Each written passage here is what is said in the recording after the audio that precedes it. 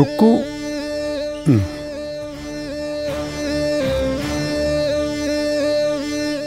இன்னியோட மாசிகம் சுபமாக முடிஞ்சு கொடுத்தோ. அடுத்ததாக நீங்கள் எல்லாரும் இங்கே கூடணும்னு சொன்னதுக்கு ஒரு பிரதான காரணம் இருக்குது.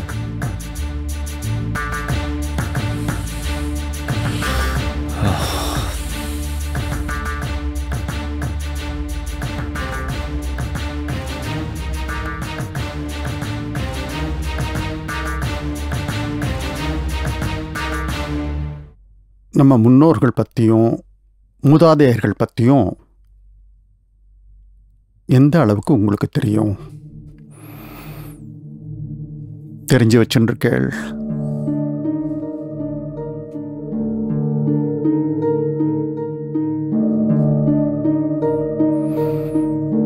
ஏன் இந்த கேள்வி நான் அப்புறம் சொல்கிறேன். சிவராமா, கொள்ளு தாத்தா வரைக்கும் எனக்கு தெரியும்ப்பா.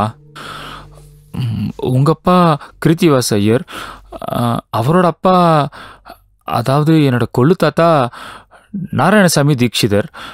அப்புறம்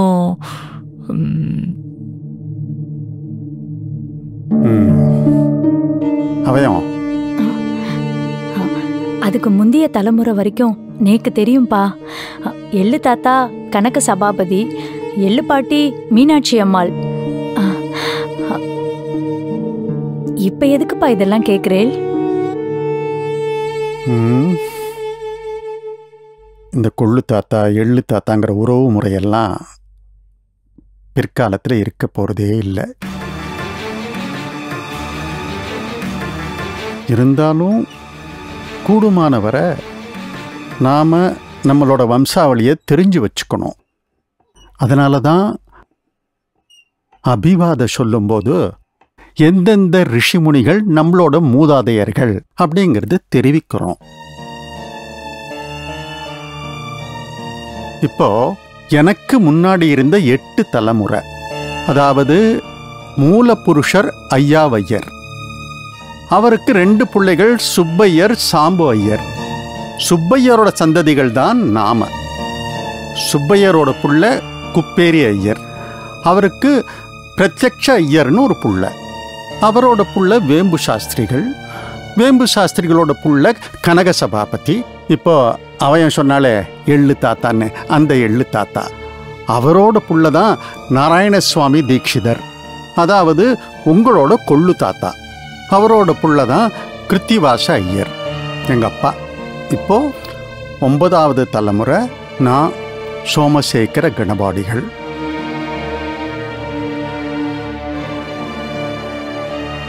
இவ எல்லாரோடைய விவரங்களும் என்னென்ன இருக்கு. சிவராமா, அந்த விவரங்களை உன்னுண்டையும் ருக்குவண்டியும் கொடுக்குறேன்.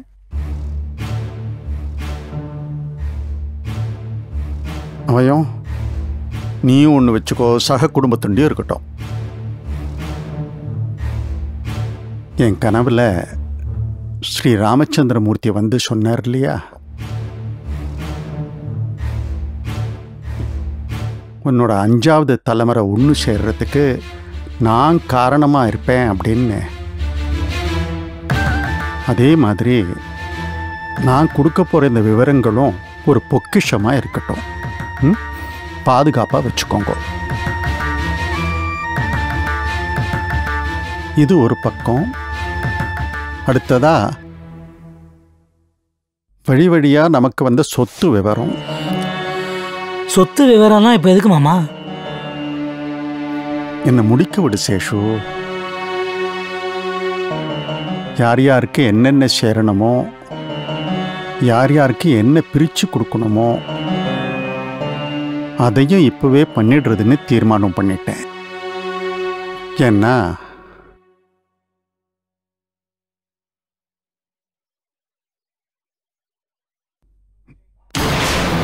நான் இன்னும் எத்தனை காலம்னு எனக்கு தெரியாது. அப்பா,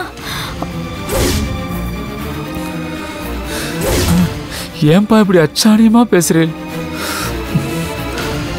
சொத்தை பிரிச்சு கொடுங்கன்னு இப்ப யாராவது கேட்டாளா? எதுக்குப்பா இப்படி அவசரப்படுறேன்?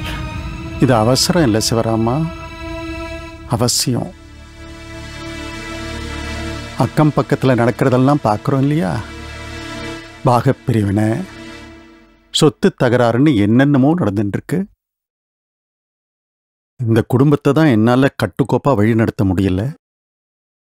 குறைஞ்சபட்சம் லௌகீக விஷயத்திலேயாவது தகராறு வராமல் தவிர்க்கலாம்னு இருக்கேன்.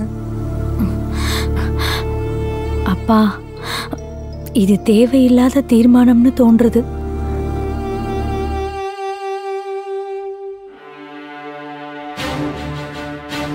அதைத்தாம்மா நானும் சொல்ல வரேன்.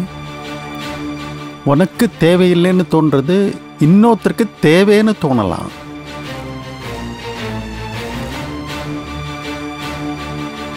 எப்படி இந்த ஆத்துல இருக்கிற பொம்மநாட்டிகளுக்கெல்லாம் கட்டுப்பாடான சுதந்திரம் கொடுத்துருக்கனோ, அதே மாதிரி சொத்துலேயும் பங்கு கொடுக்கறதுன்னு தீர்மானம் பண்ணியிருக்கேன்.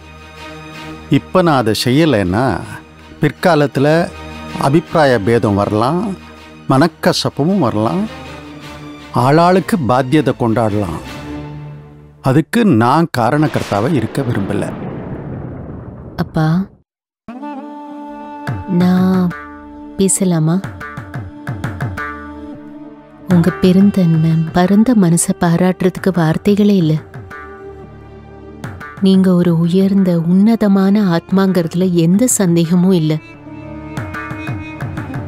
ஆனா நான் ஏற்கனவே வலியுறுத்தின மாதிரி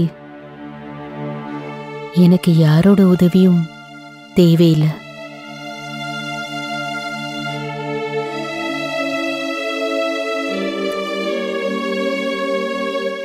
என் சொந்த காலில் நிக்கணும்னு நான் தீர்மானம் பண்ணியிருக்கேன்.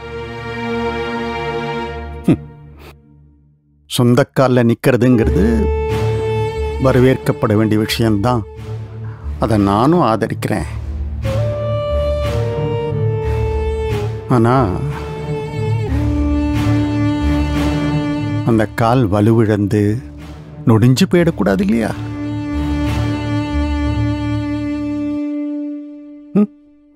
அதுக்கு ஒரு பக்கபலமாக இருக்க இது என்னோட பங்களிப்புன்னு எடுத்துக்கோ.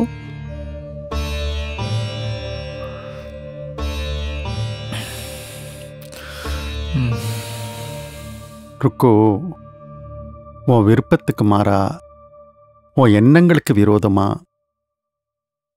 இது வரைக்கும் நான் செயல்பட்டதும் இல்லை, முடிவெடுத்ததும் இல்லை. ஆனால் முதல் தடவையா உன்னோட இந்த வேண்டுகோளை நிராகரிக்க வேண்டிய நிர்பந்தத்தில் இருக்கேன். இந்த பங்கு வெங்கட்டாவை சேர வேண்டியது. நீ இப்போ அவனோட பிரதிநிதியா இருக்க. அதனால என்னோட இந்த முடிவை நீ ஆத்மார்த்தமா ஏத்துக்கணும்.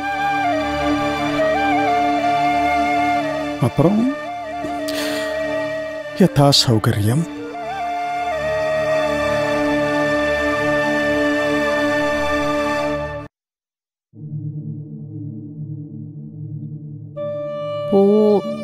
போற்றப்பட வேண்டிய புனித மனிதர்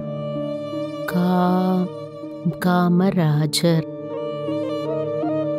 காமராஜர் தான் காங்கிரஸ் எம்பி.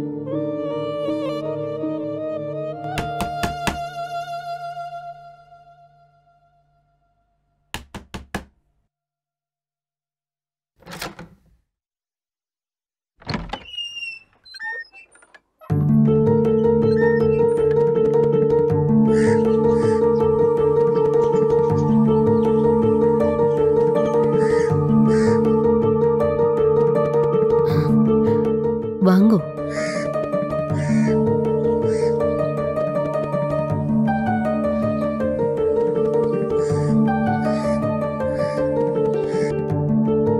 வாங்கோ, உள்ள வாங்கோ.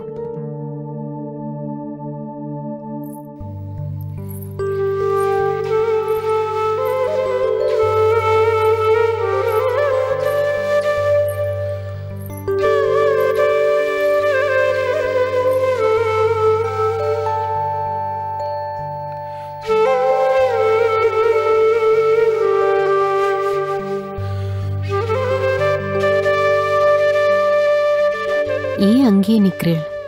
உள்ள வாங்கோ. உங்க 2 பேர் முகத்தையும் பார்த்தா வாடின மாதிரி இருக்கு. எங்கேயோ வெளியில போயிட்டு வந்த கலப்பு மாதிரி தெரியறது. வெளியில போயிட்டு வந்தேள்னா நேரா அந்த ஆத்துக்கு தான் போயிருக்கணும், இங்க வந்திருக்க மாட்டேள். அந்த ஆத்துலேருந்து நேரா இங்க வந்திருந்தேள்னா முகத்துல இவ்ளோ கலப்பு இருக்க வேண்டிய அவசியமே இல்ல. ஏதோ நடந்திருக்குன்னு மட்டும் யூகிக்க முடியறது. ஆனா என்னன்னு தான் தெரியல. உட்காருங்கோ.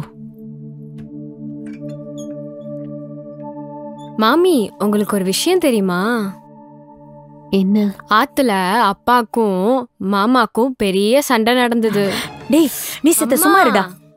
இல்ல, அவன் சொல்லலைனாலும் நேக்கும் அதுதான் தோணித்து. குழந்தையோட வேற வந்திருக்கேள். கொஞ்சம் ஆசுவாசப்படுத்திக்கோங்க. நீங்களும் உட்காருங்கோ.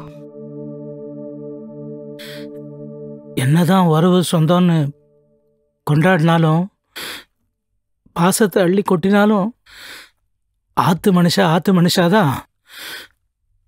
வேத்து மனுஷாதான்.